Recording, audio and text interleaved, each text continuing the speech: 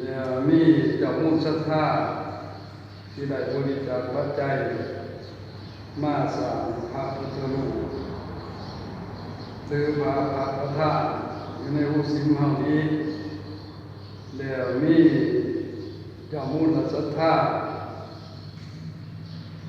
เป็นต้นก็มาจากประเทศแคนาดาก็คือหนึ่งเมออกบัววันนันทุลา2,000 ดอลแคนาดา2เมออกตังเซียมยิม1,000 แคนาดา3เมออกสมโพธิอินทวงศ์1,000 แคนาดา4เมออกจันแดงสายนอลา1,000 อเมริกา5พอออกไซยพลพร้อมครอบครัว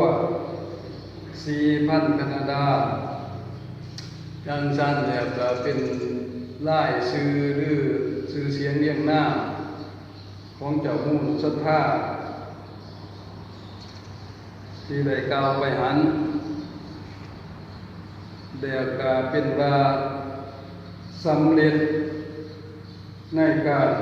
สร้างพระพุทธรูปอยู่ในหูสิมแล้วอาตมาก็ขอสาธุอนุโมทนาส่วนบุญส่วนกุศลที่ทางเจ้ามูลศรัทธาได้บริจาคมาสร้างพระพุทธรูปในครั้งนี้ก็ขออำนาจกุศลผลบุญที่ท่านเจ้ามูลศรัทธาบริจาคสร้างนี้จงมีวันกลับไปตอบสนองให้เจ้ามูลศรัทธาท่านเบิดจงเป็นผู้ได้รับกุศลผลบุญจงเป็นผู้มีความสุขกายสุขใจเบิกบานมวลซื่นปลื้มปีติยินดีในบุญกุศลราศีของเจ้ามูลศรัทธาที่ได้สร้างไปนั้น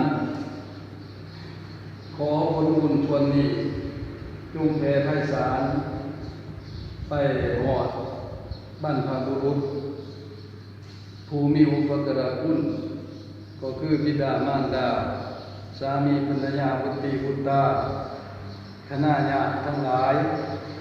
ของเจ้ามูลศรัทธาที่ได้ล่วงลับไป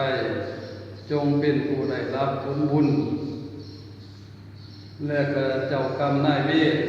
ทรัพย์สัตว์ทั้งหลายทั้งปวงจงเป็นผู้ได้รับผลบุญส่วนนี้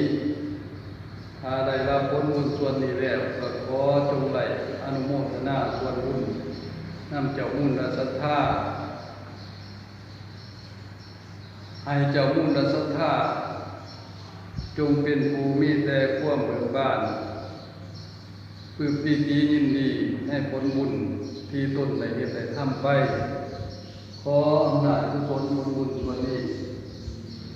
จงมีวันกลับมาตอบสนองให้เจ้ามูลศรัทธาจงเป็นผู้ร่ำรวยมั่งคั่งสมบูรณ์พูนสุขไปอวยโภคทรัพย์สมบัติลาภยศสรรเสริญสุขทุกประการโมทุกคนทุกคนก็คือเจ้าภาพศรัทธาจงมีแต่ความสำเร็จในหน้าที่การงานทุกประการด้วยเถิด